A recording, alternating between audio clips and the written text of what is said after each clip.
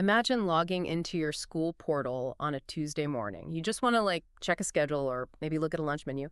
And instead, you are staring down a ransom note from an international extortion syndicate. Yeah, it's a completely jarring image. Right. It sounds like the plot of a bad cyber thriller.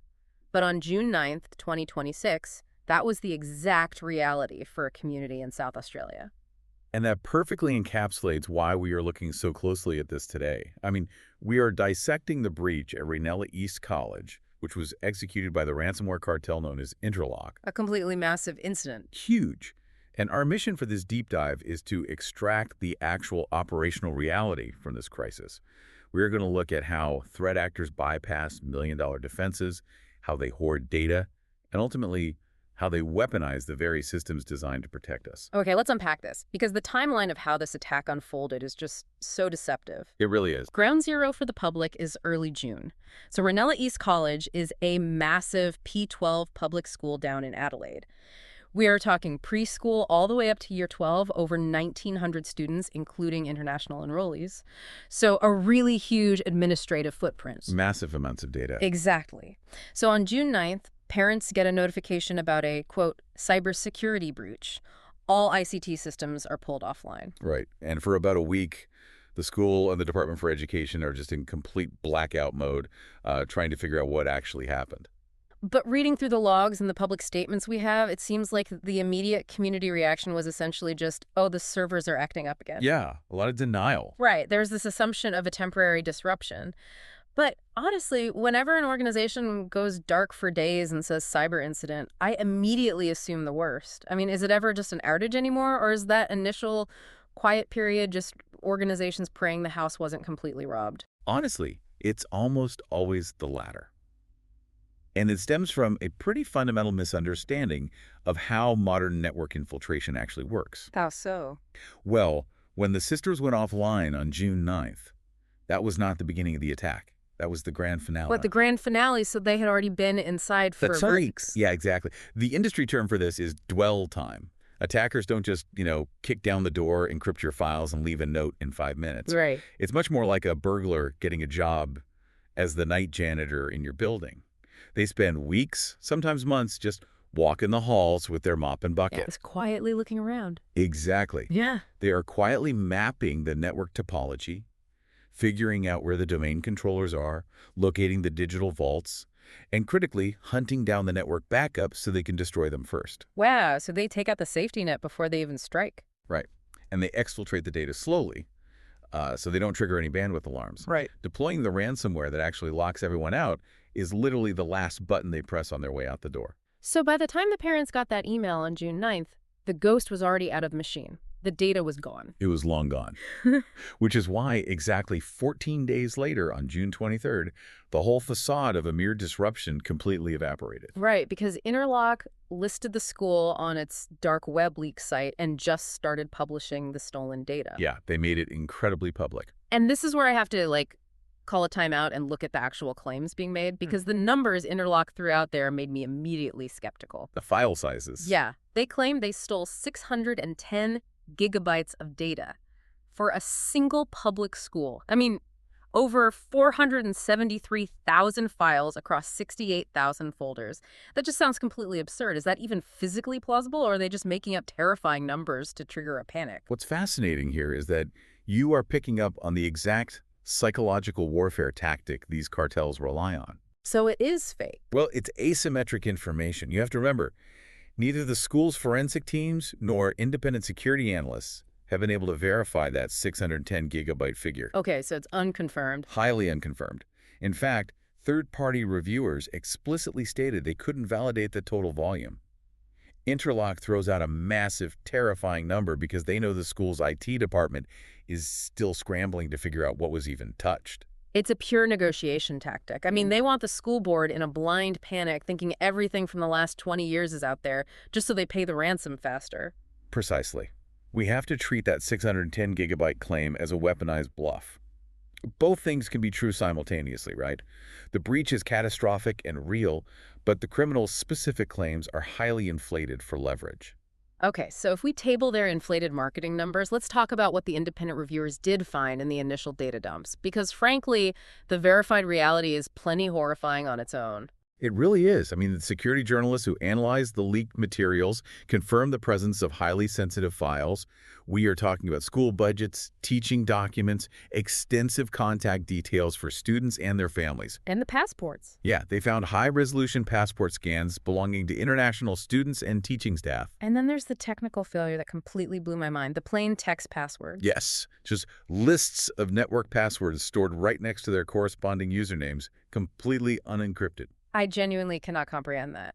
We are talking about a major institution in 2026. No hashing, no salting, no secure credential management whatsoever. Just raw text sitting in a directory. Yeah, it's bad. I mean, storing passwords in plain text next to usernames is literally like taping your ATM PI in the front of your debit card and leaving it on a park bench. It completely invalidates the entire concept of network security. It does. And when attackers uncover a spreadsheet or a directory of plain text credentials, the infiltration phase is essentially over. Because they just have the keys to the castle. Exactly. They don't have to exploit software vulnerabilities or write custom malware to move laterally through the system anymore. They just log in. Right. They use those valid credentials to open every other door in the network. It turns a localized compromise into a total systemic collapse. And think about your own digital footprint right now for everyone listening. How many former employers or how many gyms, travel agencies, landlords currently have a scan of your passport or your driver's license just sitting on some forgotten server? It's a scary thought. Because once it's on a shared drive, it is just waiting for someone to find it. And if we connect this to the bigger picture, it really forces us to look at the gap between our assumptions of safety and the operational reality of how data is handled. We're living in an ecosystem that inherently encourages data hoarding. Because storage is basically free now. Exactly. Organizations collect massive amounts of identity metrics because storage is cheap, but they completely lack the administrative discipline to ever purge it. Which brings us to the threat actors who are exploiting that exact lack of discipline. Yeah. For a long time, there was this prevailing idea, a sort of naive optimism, that hackers had boundaries. Right. That places like schools, hospitals, charities were largely off limits because there was no financial upside, or maybe just a baseline level of human decency. Yeah, the lazy comfort of assumed immunity. Yes. That assumption is definitively dead. The reality is that ransomware operators like Interlock have absolutely zero moral compass.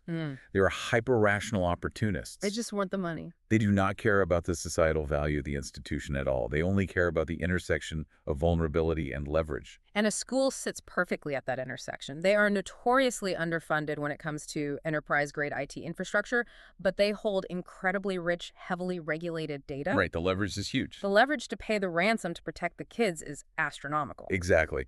But how they actually break in is what organizations really need to understand, because it completely shatters the Hollywood myth of the hacker. Right. It's not green code raining down a screen. No, not at all. Interlock didn't burn $1 million zero-day exploit to get into Reynella East College.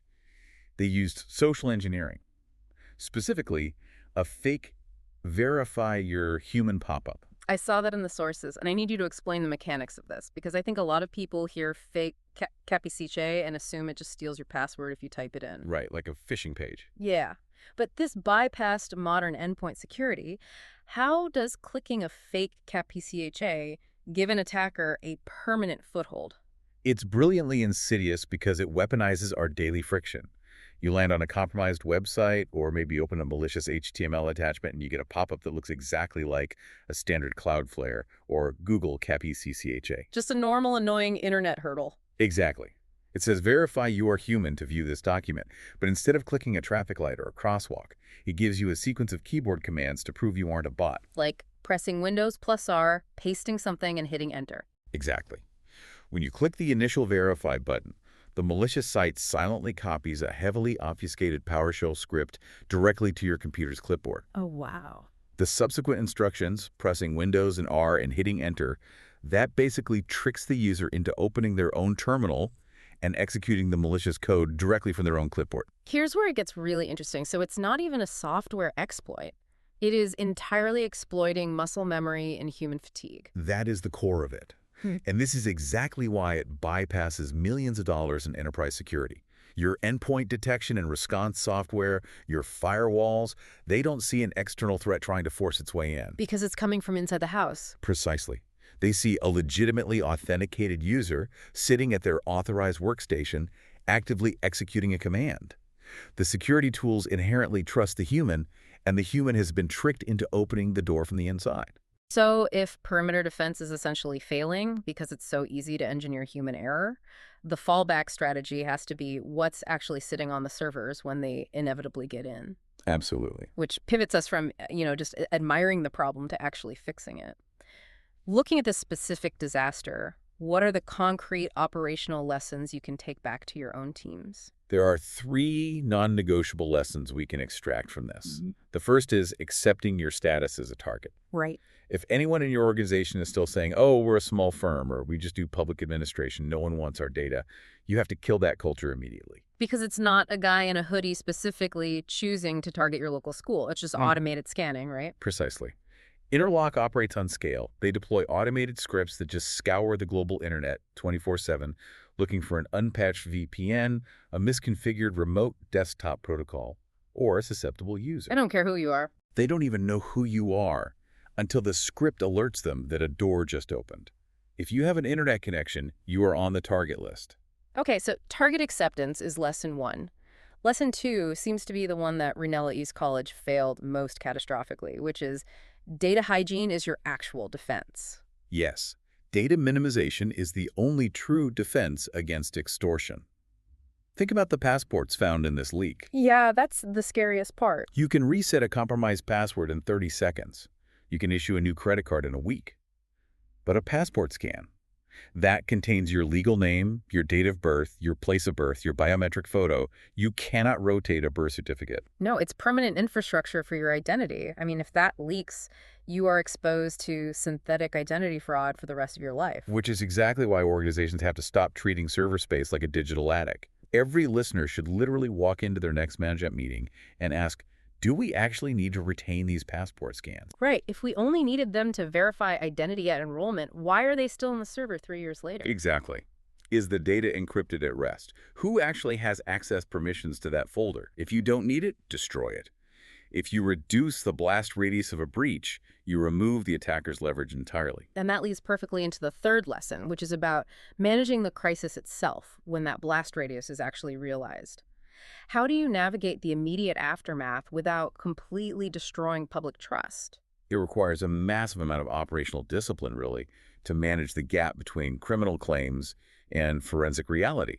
We saw this exact same dynamic play out with a regional fire service just 2 weeks before the school attack. Right, I remember that. The attackers claim they stole a terabyte of sensitive dispatch data, the media picks up the terrifying number, and the organization is caught flat-footed because their IT team needs like 3 weeks to do a proper forensic audit. And that 3-week window is where trust is either maintained or destroyed.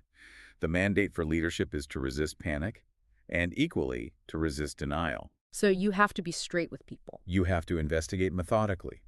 When you communicate with your stakeholders, you state exactly what you know to be true, but more importantly, you must be ruthlessly transparent about what you don't yet know. So no corporate speak, no, we take your privacy seriously while we look into a minor disruption. Never downplay it. If you say it's a minor disruption and then 2 weeks later passports are on the dark web, you will never regain the trust of that community. You own the uncertainty early so you can own the narrative later. It seems like the overarching theme here is proactive auditing. Getting your house in order before the burglars realize you left the window open. It has to be. And there are entire sectors of the cybersecurity industry dedicated to this now. I know the author of the source material pointed to companies like Kinsoft, who specialize in exactly this. They come in, run automated audits of your shared drives, flag the plain text passwords, find the 5-year-old passport scans, and basically force you to clean it up. Because the harsh reality of the current threat landscape is that an audit is going to happen to your network this year. Whether you liked it or not. Exactly. The only choice you get to make is whether that audit is conducted by a hired security firm or by an international extortion cartel. Once the data leaves your physical building, you have permanently lost control of the safety of the people who trusted you. So let's summarize the domino effect we've mapped out today. It starts with a completely mundane human action, a staff member tiredly clicking through a fake verify your human prompt. That muscle memory mistake hands an attacker a foothold. Yep. They quietly map the network, locate the digital gold mine of student passports and unencrypted passwords, pull it all out, and just slam the door shut behind them with ransomware. A nightmare scenario. And suddenly, a week of operational blackout turns into a permanent dark web exposure. It's a stark reminder that being technologically informed isn't just about reading the news, it's about looking critically at your own digital footprint, your own organization's shared drives, and asking, what old scams am I leaving in my forgotten folders, and who are we putting at risk by keeping them? And if I can leave you with one final thought to consider about all of this. Please do. Breaches like this one at Reynella East College are ushering in an entirely unprecedented societal shift. We are now looking at an entire generation of children, Gen Alpha, Gen Z, who will have their permanent, unchangeable identity metrics compromised before they even learn to drive. Wow. Passports, detailed medical histories, behavioral records, these are being permanently indexed on the dark web while they are still in primary school. We really need to ask ourselves, what does it mean for our society when the very concept of starting adulthood with a clean slate is technically impossible? That's incredibly bleak. These kids are inheriting pre-compromised digital lives, and it is entirely due to the data hygiene failures of the institutions that were explicitly designed to protect them. That is a deeply unsettling reality and a perfect place to wrap up today's analysis. Thank you for joining us on this deep dive. Stay patched and stay skeptical.